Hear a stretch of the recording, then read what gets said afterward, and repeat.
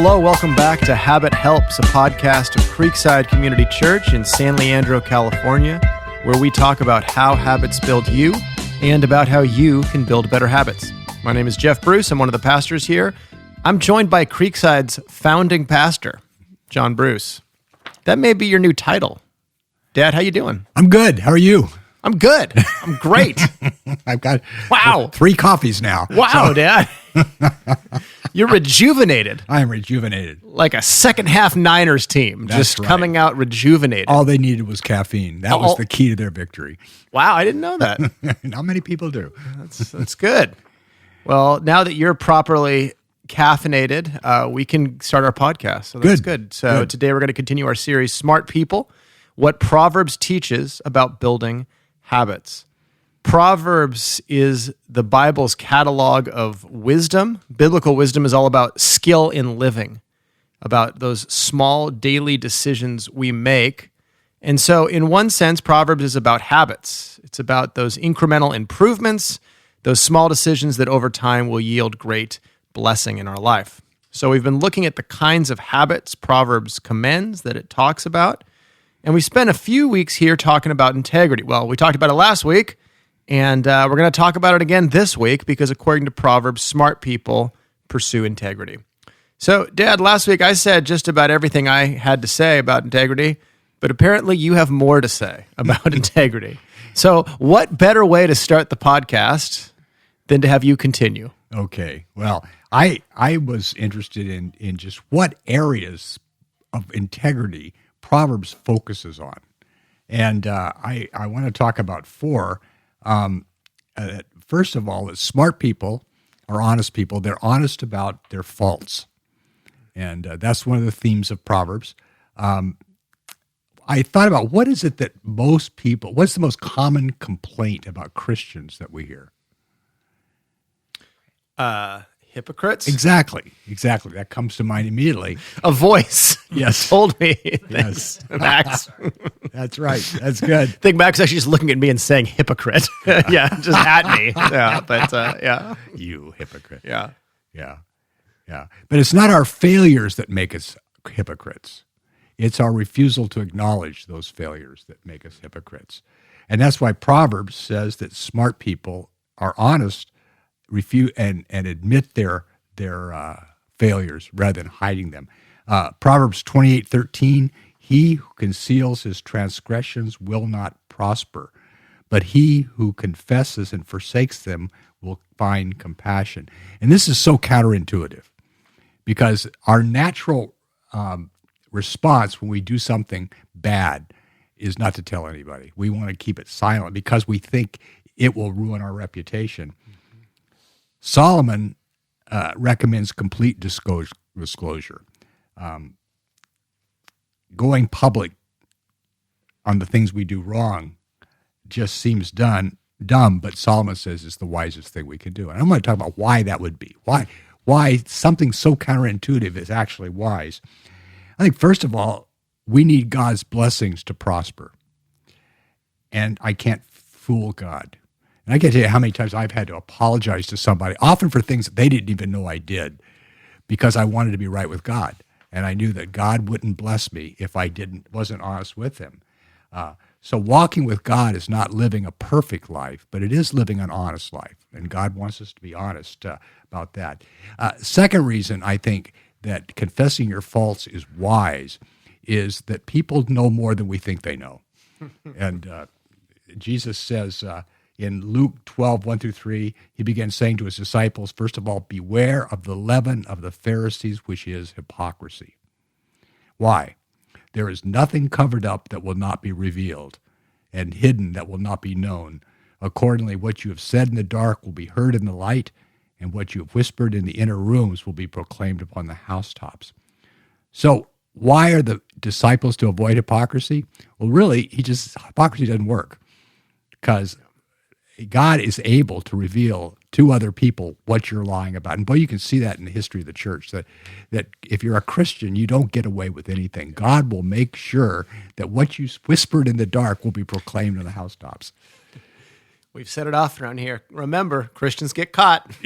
Exactly. It's time for judgment to begin with the household of God. Yeah, God doesn't discipline other people's kids. No. So, Yeah. So that's why concealing our transgressions not only keeps us from the blessing of God, but it just doesn't work. God will make sure it doesn't work. Yeah. So I need to be honest about my faults because I need God's blessings and because people know more than we think they do. And finally, because concealing our thoughts, our faults keeps us under their power. Your secrets keep you sick, as they say in the recovery community. There are no addictions without lies, and there's no recovery without truth.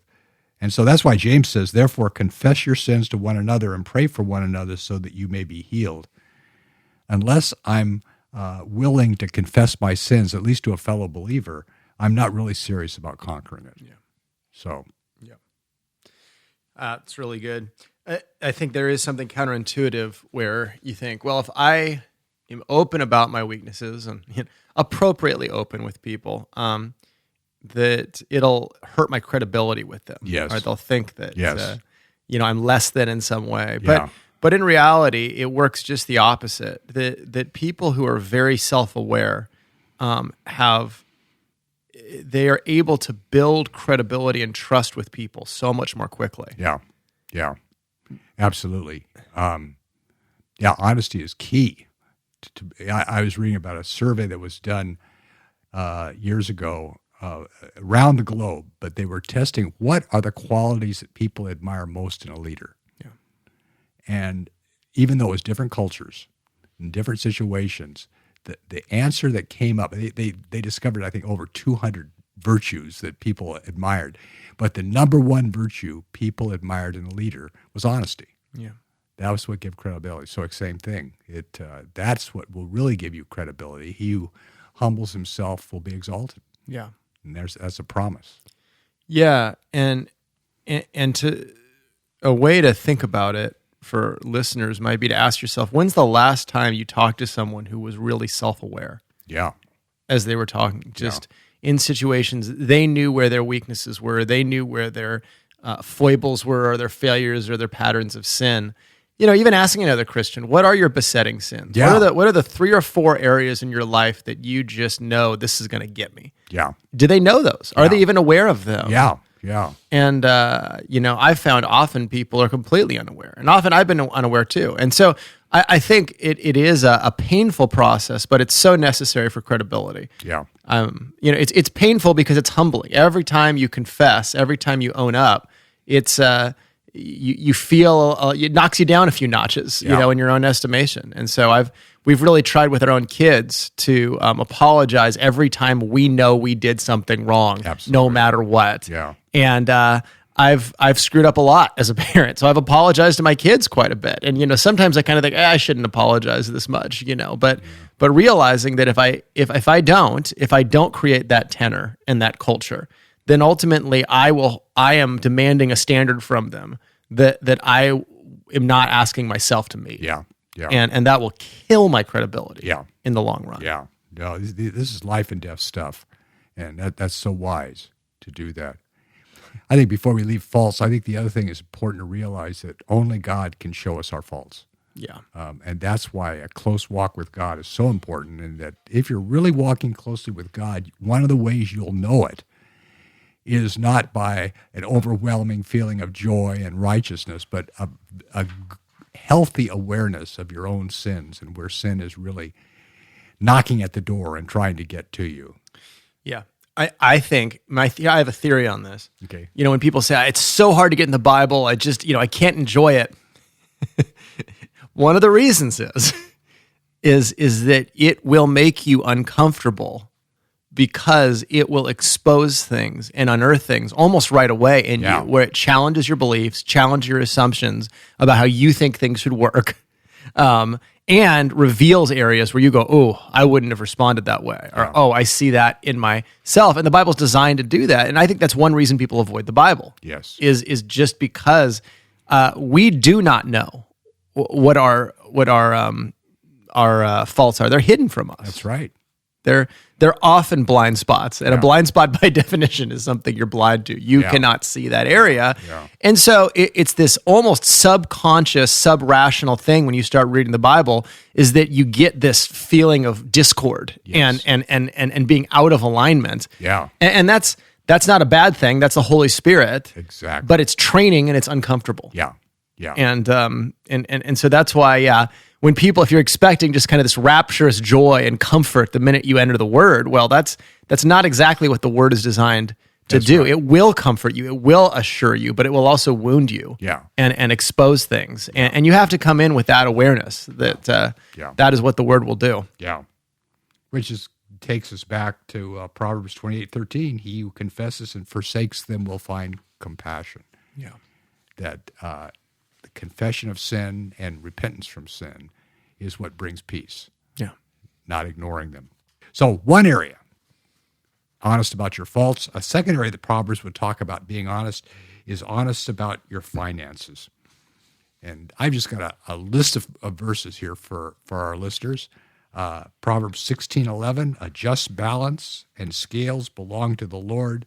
All the weights of the bag are his concerns. And of course, they didn't have packages back then that said this is $1.40 and that's how much it costs, but they sold everything by weight and measure.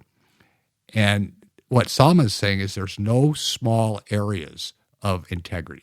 God is concerned about every area, being honest and stuff like that. Proverbs 10:2, ill-gotten gains do not profit, but righteousness delivers from death. Proverbs 13:11, wealth obtained by fraud dwindles, but the one who gathers it by labor increases it. I think what that's saying is that in our culture, we see money purely in terms of mathematical terms, in terms of how much I need, how much I make. Mm-hmm. But Proverbs says smart people see money in terms of ethical concerns. It's not so much how much I make, it's how I make it. Mm-hmm. And if I don't make it in an honest way, it will dwindle. It will disappear. If I make it in an honest way, it will increase. So being honest about our finances is far more important than how much we're actually making. Does that make sense? It does. I think of what Jesus says in Luke 15 or 16, that he who is faithful in little is faithful in much. Yeah. And little there is money, yes, and much is people. Yeah. And so, broadly speaking, and so there is some principle there that this is sort of the ABCs of discipleship. Is Jesus stewards money to us to see if we'll be trustworthy with it? I guess my question though is like, I don't think I'm a fraud. Like, maybe it's a blind spot. But like, how am I actually cheating people? Right? Like that. It sounds pretty bad, whatever Proverbs is talking about. And I think there's an instinct to just dissociate yourself from that. And so what does it actually look like to ill-gotten gain or, gain? What do you think of as ways that people are susceptible to that? Subtle ways maybe that they're susceptible to that. That's a good question. I'll tell you a story, and then because it kind of illustrates this. When you were in college, we had to fill out... Ripped off a bunch of people, that side hustle I had. Yeah. When you were in college, we had to fill out a form every year for the Cal Grant, because the Cal Grant was something that was available to college students from a certain income level, and it paid for part of your education, which was great. Well, one year, they want to know how much I make and all that kind of stuff and how much that we qualify for, and I was honest. But one of the questions they asked was the estimated worth of our home. And because we live in the Bay Area, our home had greatly, it wasn't cash because we're not selling it, but we had a more expensive home than we, on our income level, could justifiably live in. Right. And so I rationalized that, and I said, well, that's not really an accurate indication. That's not what they're looking for. This is the spirit of the question. The spirit of the question. So I'm gonna go back what the house was worth several years ago, just to kind of be conservative here and not give them a false picture.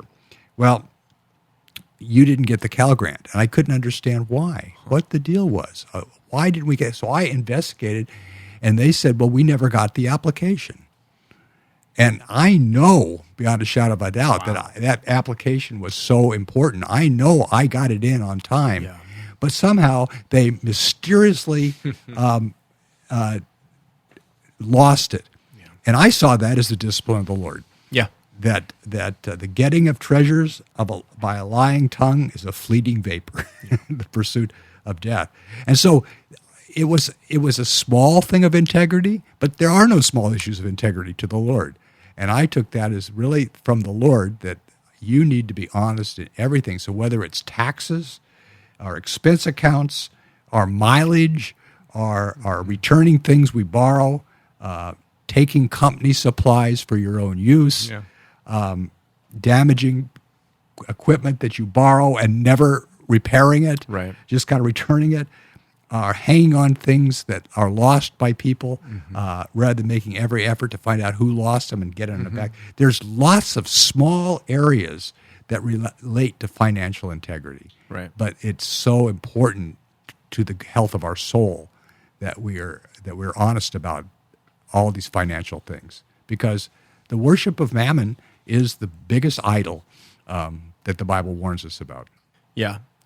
No, I've had a few tax situations come up in the last few years, just where I feel like I did my due diligence, but other people did not, as to why I was in a situation where I had to pay more, and just realizing this is ultimately my stewardship and my responsibility, and I can't just punt this to other people. Yes. And I think that's one of my big things, is to say, well, I do, but it's more like, see no evil, hear no evil, just kind of like, I don't want to think about it because it's money and it's complicated, instead of really owning the fact that, no, I'm responsible to figure this out. Yeah. And I need to look into this more to make sure that I'm above board, rather than just trusting the professionals to ensure that. No, that's so good. And that's been a convicting lesson. I would say another one is just the way we view work and its relationship to compensation is a huge one. Because I think there is a huge temptation, especially in a culture where we have minimal oversight for our work often, to just view my work as I put in whatever it is, and if they compensate me, then I'm good. Basically, if they're willing to pay me for whatever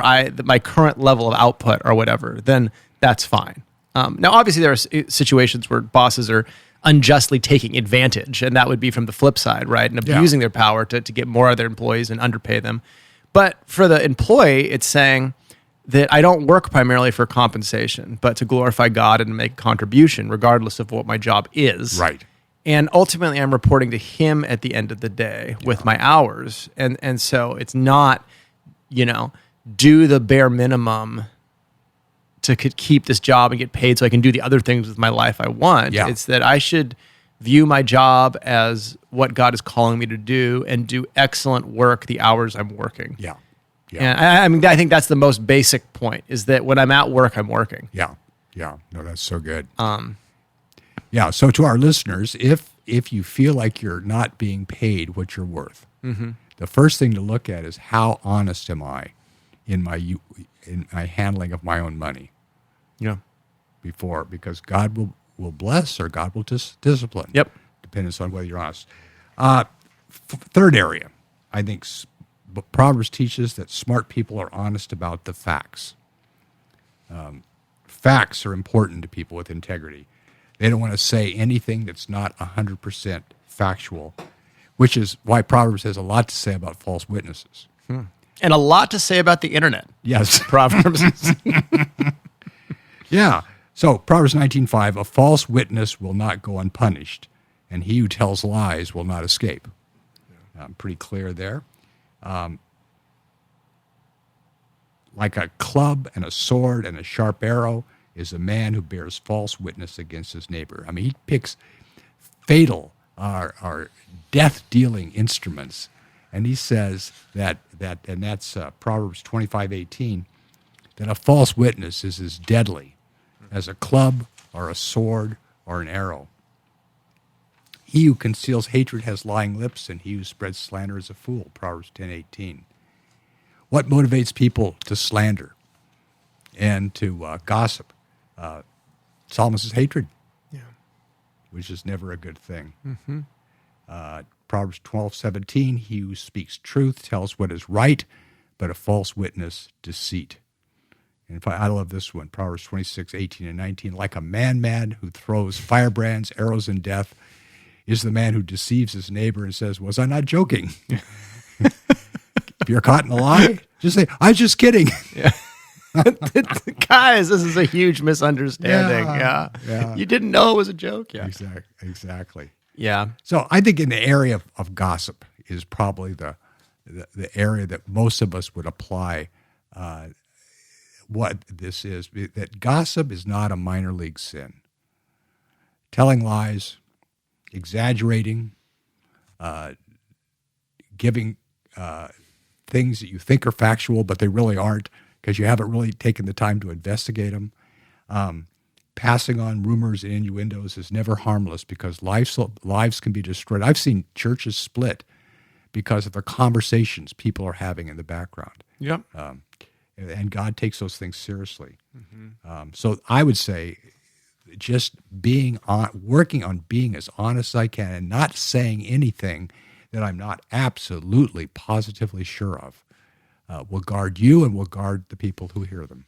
Yep.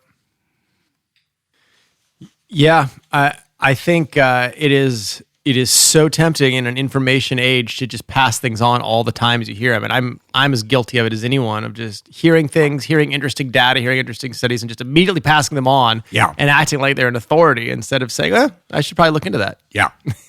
Yeah. And, there is the category of false witness is, I think, so critical for anything you put on the public record online, especially.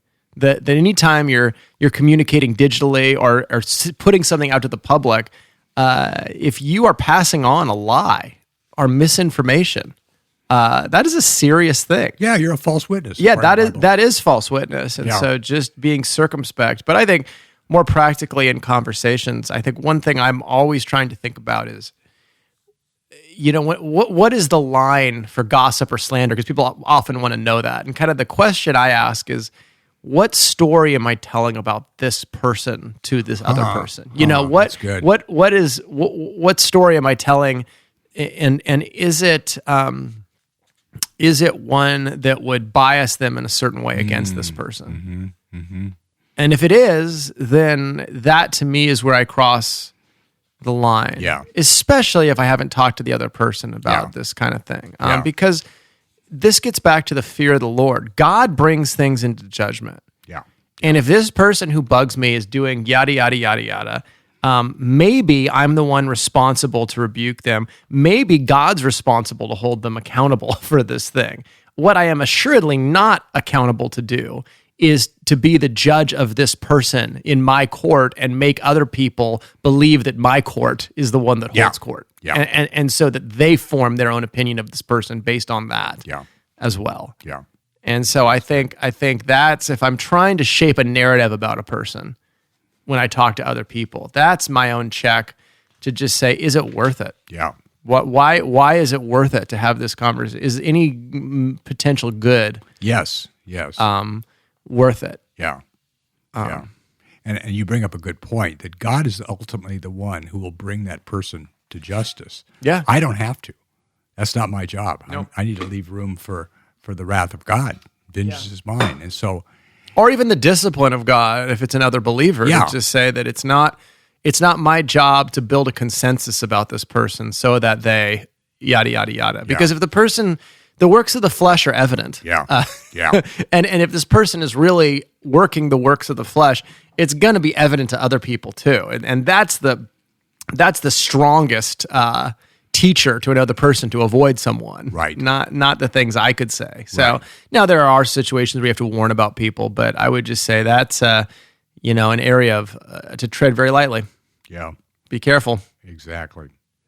And if you have, there's some situations if it's like a public figure who is doing false teaching, I don't know that you're responsible to go to that person. You don't even know them. But I do think you need to warn other people that this is not biblical, what they're saying. Yeah, I would say that's a different situation. I would say, public sin, public rebuke, right? That if it's something done out in that way, that's so it can be publicly repudiated in a way. And if you're putting teaching out to the public, you are subjecting that teaching to public scrutiny and evaluation. Exactly. The minute you disseminate it out, I think there's a level of feedback that just comes from that. Yeah. And so it's fair game for other people to critique it. Now, hopefully they critique the teaching and aren't assassinating the person in the process. But to say that here's why this teaching is wrong, that's fine. I think that's any teacher should be willing to be scrutinized for their teaching. That's good. Well, quickly, one final area that the Proverbs talks about being honest is being honest with our friends. Better is an open rebuke than love that is concealed. Faithful are the wounds of a friend. Deceitful are the kisses of an enemy. That's Proverbs 27, 5 and 6. An enemy will often tell you what you want to hear. A friend will tell you what you need to hear. And when I'm rebuked by friends, I generally feel closer to them as a result when you're rebuked, because they really care about you. They take a risk to tell you something that's going to be hard to hear, and yet they love you enough to do that. And I feel closer to them when they do that than people who flatter. Flattery is always a bad thing. It's just, when somebody's kind of building you up, and you have to ask, what's the motive there? Is this to make me look better? Or is it to make them look better? Yeah. Stuff like that. So honest rebukes don't hurt a friendship. And I think if you've built up trust over time and know this person has your back, then you should be okay with them saying hard things to you and should invite it. Because I can't help myself, I have to use a sports analogy for this. But Christian McCaffrey, who is just excellent in every way, right? His thing is, don't tell me what I did right. After the game, I don't want to hear what I did well. I know the things I did well. I want to hear where I can improve. Yeah, exactly. Give me that kind of feedback, and I think that's a good challenge if you want. You look for people who give you honest feedback, but seek out honest feedback. Say, hey, how did I respond in that situation? What would you have tweaked about that? Yeah, how could I have done better? How could I have done better? What could I, seek that out and make it easy for your friends to give that kind of feedback, because it's hard enough to correct someone. But Proverbs would say wise people are correctable, and part of being correctable is intentionally looking for, hey, how could I improve in that? How could I have engaged differently? What do you think? And that's great. And your good friends will tell you, and your flatterers will not. Exactly. And that's how you know who your friends are. Yeah. And I hadn't thought about it before, but it really is a skill to create that kind of atmosphere around you so people feel free to tell you the truth. Because you're obviously so secure and you really want to know the truth. Wisdom, you do not get wise without rebuke. Right. There is no wisdom without reproof, because we don't do everything right. Yeah. Nobody does. And so for me to grow in wisdom, I have to be able to recognize what I'm doing wrong, what needs to be corrected. And sometimes I can't see it. I need somebody from the outside to look in and say, why'd you do that this way? Why'd you say that? Yeah. The older I get, the more I care about having friends who push me and don't let me be comfortable. Yes. And what I mean is, I think a good friendship, you have the same vision of life. So you see the same things, you have the same priorities, you're shooting for the same goal. Yeah. But being around the person challenges you because you see the growth in their life. Yeah. You see that they're ahead of you in areas, but also that they're willing to call you out and challenge you in areas. And so I don't want friends who are just a perpetual feedback loop of Jeff, you're the greatest, and you're so good, blah blah blah blah blah, because I will not grow. And I need friends who will challenge me to the core. To improve in different areas. That's good. Well, before we wrap up, let me talk a little bit what Proverbs says that honesty with friends doesn't mean. And Proverbs says that honesty with friends doesn't mean I tell everything I know. That I'm not obligated to do that. Proverbs 11, 2 and 3, he who despises his neighbor lacks sense, but a man of understanding keeps silent. He who goes about as a talebearer reveals secrets, but he who is trustworthy conceals a matter. Integrity doesn't demand that we share something if we know it. we have to look is, can somebody be helped by this, or is this not going to be helped? Yep. And if they're not going to be helped, if it's just going to be a distraction, then keep quiet.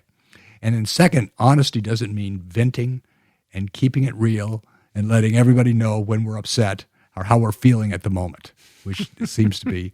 It's not authenticity. No. It's not integrity. Proverbs 12:16, a fool's vexation is known at once, but a prudent man conceals dishonor. That's a great verse. It's not dishonest to conceal dishonor. I am really ticked off, but it's not going to help anybody to know about it. It's just that not that wise people don't get angry. It's that wise people keep control of their anger. Yep. That's the key there. And third, honesty doesn't mean that every time somebody does something wrong, you point it out. He who covers a transgression seeks love, but he who repeats a matter separates intimate friends. Yeah. That's called nagging. Yes, exactly. That was Proverbs 17:9. One more, Proverbs 19:11. A man's discretion makes him slow to anger, and it is his glory to overlook a transgression. Yeah. So smart people are honest with their friends, but that doesn't mean every time their friends make a mistake, they're on them. Yeah. They realize they have a sense of proportion. That's just being human. I would have done the same thing. Don't need to nag about that. But use your rebukes when they really need to be used. Yep. Yeah, and I would say, those are really good.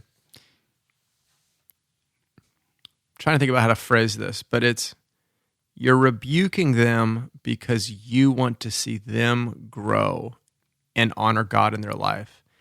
You're not rebuking them primarily because there's some issue in your relationship with them. You know, that I wish our relationship was like this, or I wish, you know what I mean? When it gets into those dynamics all the time, it's not self-centered. Yeah. You know what I mean? It has to be focused on their good. Because I think sometimes in friendships, you can get this weird dynamic where it's like, well, our friendships change and yada, yada. I don't know. It's got to be, I want to see you grow in this area. Here's why I'm pointing it out. Here's why I'm concerned. And anyway, I can't think of any good examples with that at the moment, but actually I can. I remember, okay, so here's a good one is sometimes friends do things that you just disagree with or that annoy you. And you have to take a step back and ask, is this worth rebuking, or am I just annoyed and need to ask, is it reveal more about myself than this person? Yeah. So one of my good buddies, and I just reconnected with him, he started dating a girl. We were in college, and he stopped hanging out with us when he started dating him. And at the time I thought, this is really insulting. Like, you're not prioritizing our relationship and yada, yada, yada. And so like we sat him down and just double barrel just blasted him for the way he was spending his time, and he didn't care about our relationship and all this stuff. And it was like, it made him late to a date with the girl. I mean, it was bad. It was bad. And he was not happy about it afterwards. And I just felt so justified. And if I had taken a step back, I would have asked, I'm mad because I don't get to spend as much time with this friend. Yeah. That's and that's sad. Our relationship's changing. He's got a girlfriend. This is gonna change. Yeah. But I never stopped to ask, like, well, like, is this a good relationship for him to be in? Yeah. And it was, and he was pursuing it in a good way. And it was like, it had more to do with me than it had to do with him. And I think that's just another important element in a friend. You should be able to rejoice in your friend's wins too. Yeah. Because you're focused on him. Because you're focused on him and not on yourself. That's so good. And so I think that's so there's my example. So yeah. Well, the same man who wrote "Precious are the wounds of a friend" also wrote, "It's a man's glory to overlook a transgression." Yeah.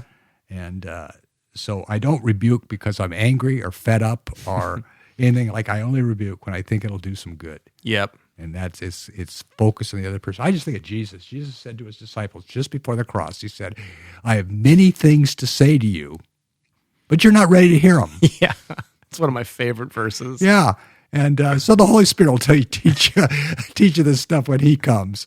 I think that's a great thing, that just because you know something doesn't mean you have to say it. Yep. So it's really good. Well, thanks, Dad. I have many things to say to you that just tick me. No, I'm just kidding.